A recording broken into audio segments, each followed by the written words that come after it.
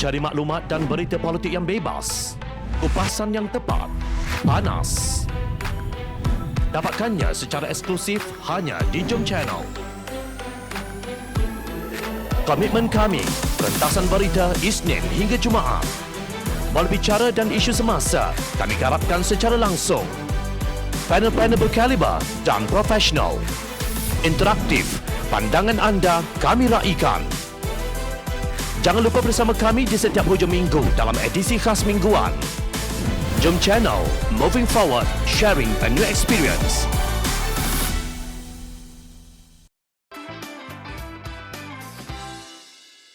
SPRM kelihatan semakin bercelaru. Suruhanjaya Pencegahan Rasuah Malaysia SPRM sepatutnya telus dan lurus. Namun apa yang berlaku? Sebaliknya. Badan tersebut sejak timbul dakwaan pemilikan saham berkait dengan Ketua Pesuruhjaya Suruhanjaya Pencegahan Rasuah Malaysia SPRM, Tan Sri Azam Baki, telah jadi tunggang terbalik seperti Kabinet Keluarga 69. Apa tidaknya, 6 ahli Lembaga Penasihat Pencegahan Rasuah LPPR dalam satu kenyataan bersama menyifatkan apa yang dikatakan oleh pengerusinya Tan Sri Abu Zahar Ujang pada Rabu lalu adalah pandangan peribadi beliau. 6 ahli LPPR itu juga menegaskan mereka pada mesyuarat itu atau pada bila-bila masa selepas itu tidak pernah menyatakan pendapat seperti yang disebut Abu Zahar. Sebelum sidang media itu, anggota LPPR mengadakan perbincangan berasingan dengan Abu Zahar dan mencadangkan supaya perkara itu dirujuk selanjutnya kepada mana-mana panel dan jawatan kuasa, iaitu pertama, sebuah jawatan kuasa bebas, kedua, jawatan kuasa khas Parlimen mengenai rasuah, dan ketiga, panel aduan SPRM. Bagaimanapun, pandangan dan cadangan kami tidak dibangkitkan pada sidang media Abu Zahar itu, kata mereka. Menurut mereka, LPPR tiada kuasa penyiasatan kerana penubuhannya adalah sebagai lembaga penasihat. Kenyataan bersama itu, kata mereka, adalah bagi menjaga integriti LPPR serta institusi berkenaan. 6 anggota LPPR tersebut ialah Tan Sri Ismail Omar, Datuk Seri Azman Ujang, Datuk Seri Akbar Sata, Datuk Hamzah Kasim, Datuk David Chua Kok Ti dan Profesor Datuk Dr. Muhammad Agus Yusof. Berdasarkan rekod SPRM, terdapat 7 anggota LPPR termasuk Abu Zahar yang juga pengerusinya.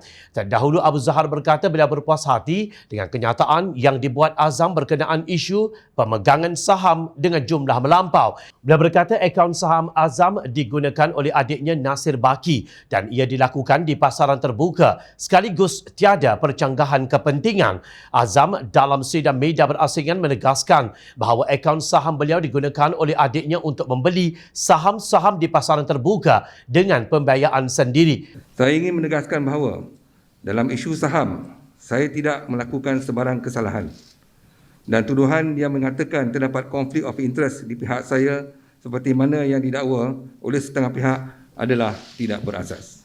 Ia digambarkan seolah-olah saya mengawal satu konglomerat yang besar di bawah saya demi untuk menjatuhkan reputasi saya sebagai KP, iaitu Ketua Pesuruhjaya dan institusi SPRM, katanya.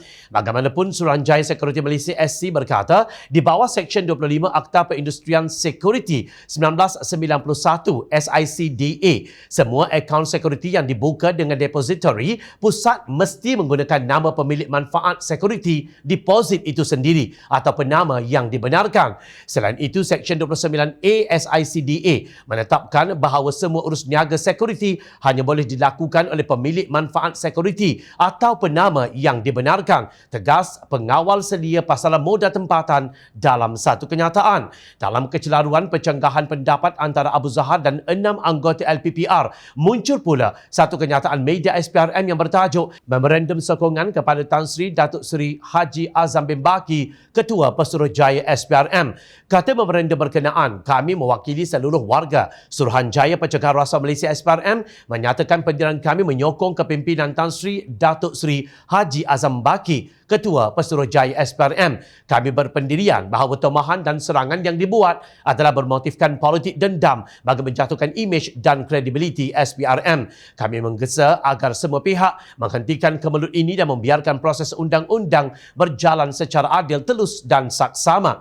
Warga SPRM tetap bersatu hati dalam mempertahankan institusi Ketua Pesuruhjaya dan SPRM demi kelangsungan pencegahan rasuah di negara tercinta. Memorandum berkenaan dikeluarkan oleh Timbalan Ketua Ketua Pesuruhjaya Operasi Datuk Seri Ahmad Kusyari Yahya, Timbalan Ketua Pesuruhjaya Pencegahan Datuk Seri Nur Azlan bin Muhammad Razali, Timbalan Ketua Pesuruhjaya Pengurusan dan Profesionalisme Datuk Junipah binti Wandi. Memorandum tersebut dimaknai di laman rasmi SPRM. Setakat jam 10 pagi tadi, berdapat 3.7 ribu komen ketawa, 463 suka dan 142 marah. Terdapat lebih 4,200 netizen telah memberi komen yang kebanyakannya tidak menyokong memorandum berkenaan. Ada yang menyifatkan SPRM sudah seperti parti politik dan merapu. Dalam hubungan ini, Peguam Dr. Zulkarnain Lokman turut mempersoalkan kewajaran memorandum sokongan kepada Azam Baki. Rakyat Malaysia pasti tertanya-tanya apakah kewajaran 3 timbalan Ketua Pesuruhjaya mengeluarkan memorandum sokongan ini dalam keadaan Ketua Pesuruhjaya SPRM sendiri membuat pengakuan terhadap penggunaan akaun saham miliknya yang boleh menjadi satu kesalahan di bawah Akta Perindustrian Sekuriti 1991 dan juga boleh menjadi satu kesalahan disiplin di bawah Pekeliling Perkhidmatan Bilangan 3 tahun 2002. Apakah kewajaran membuat kenyataan bahawa ianya satu tomahan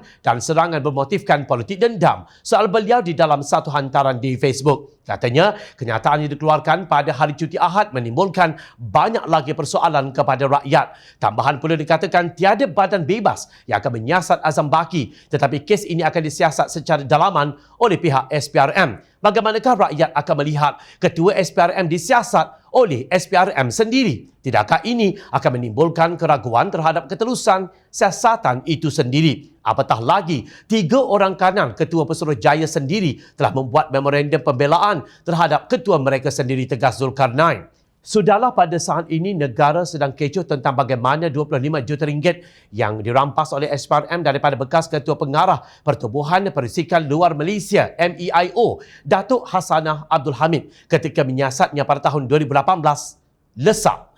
Seorang pegawai SPRM yang didakwa terlibat dengan kecurian duit berkenaan dilaporkan kini ditahan di penjara Simpang Renggam mengikut Akta Langkah-Langkah Pencegahan Khas LLPK. Bagaimana kejadian itu boleh berlaku di hadapan mata Ketua Pesuruhjaya SPRM dan 3 pegawai kanannya kini menjadi persoalan. Akibatnya, semakin busuk bau bangkai gajah dalam SPRM.